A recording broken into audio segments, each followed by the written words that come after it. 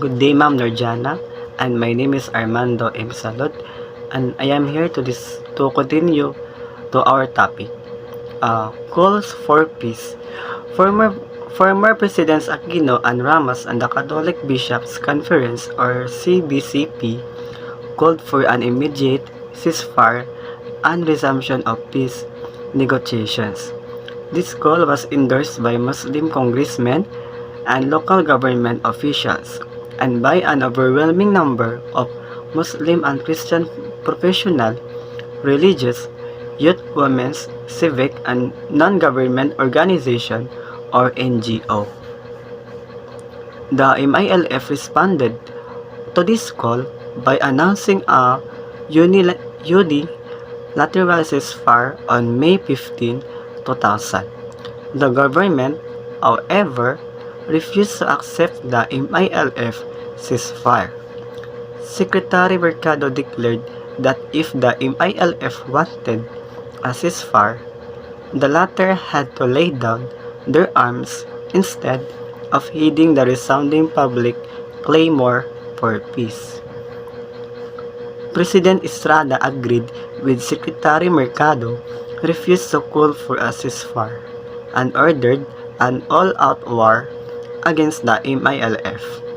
The military attack and overrun the MILF camps, even those that the government recognized as noted in the Eid Memoir. President Estrada ordered violated the Tripoli Agreement and the FPA office. All agreements from the Tripoli Agreement renounced violence and a military solution to the Bangsamoro question. The war in Mindanao has been bloody and costly. Thousands have died, including civilians, and hundreds of thousands have been displaced and rendered homeless.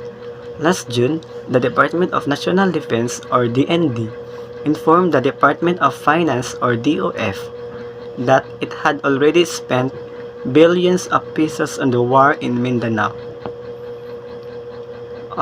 Collateral damage is the term the military uses to refer to the number of civilians killed or wounded during military operations. Social costs, on the other hand, refer to the number of families who were displaced from their homes due to the fighting and human rights violations allegedly perpetrated by the protagonists. The collateral damage and the social costs of the present war in Mindanao are staggering, and despite claims to the contrary by the military, the end is not yet in sight.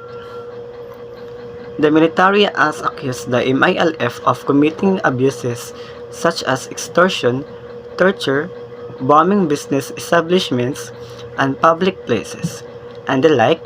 On the other hand, the MILF firmly presented before the Organization of the Islamic Conference or OIC evidence of genocide and ethnic cleansing committed against the Bangsamoro by the government, particularly the military, paramilitary, and Christian vigilante groups who are armed and financially supported by the government.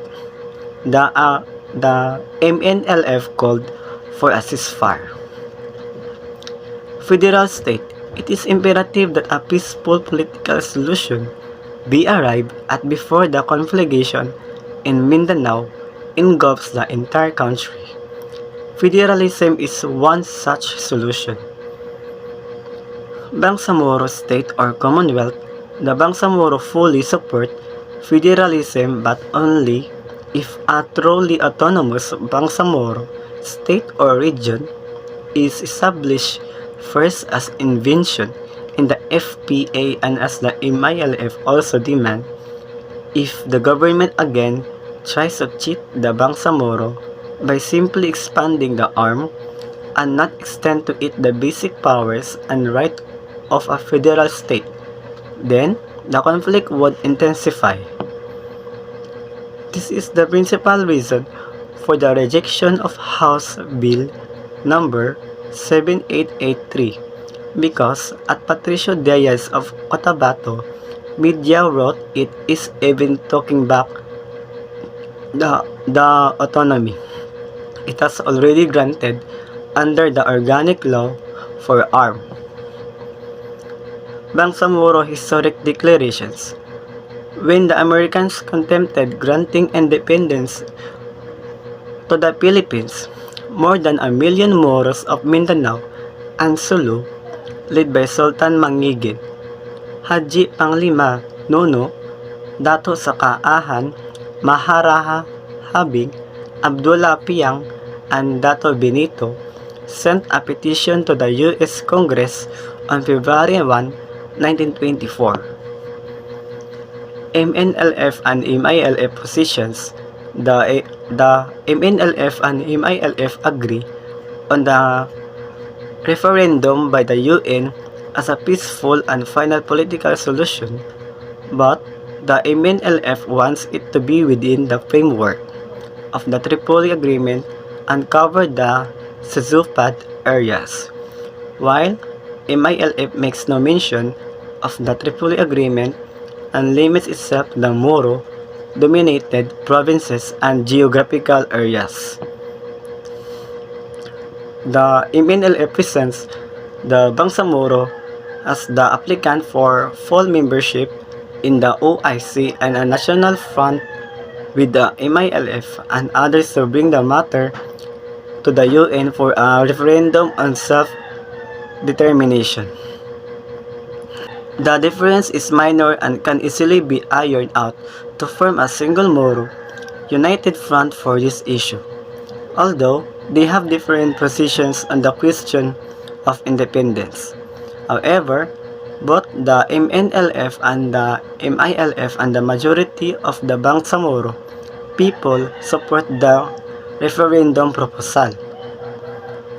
As the movement for referendum and the Bangsamoro Committee for Unity and Self-Determination are now advocating getting all the sectors of the Bangsamoro to support and espouse it in accordance with international covenants and agreements.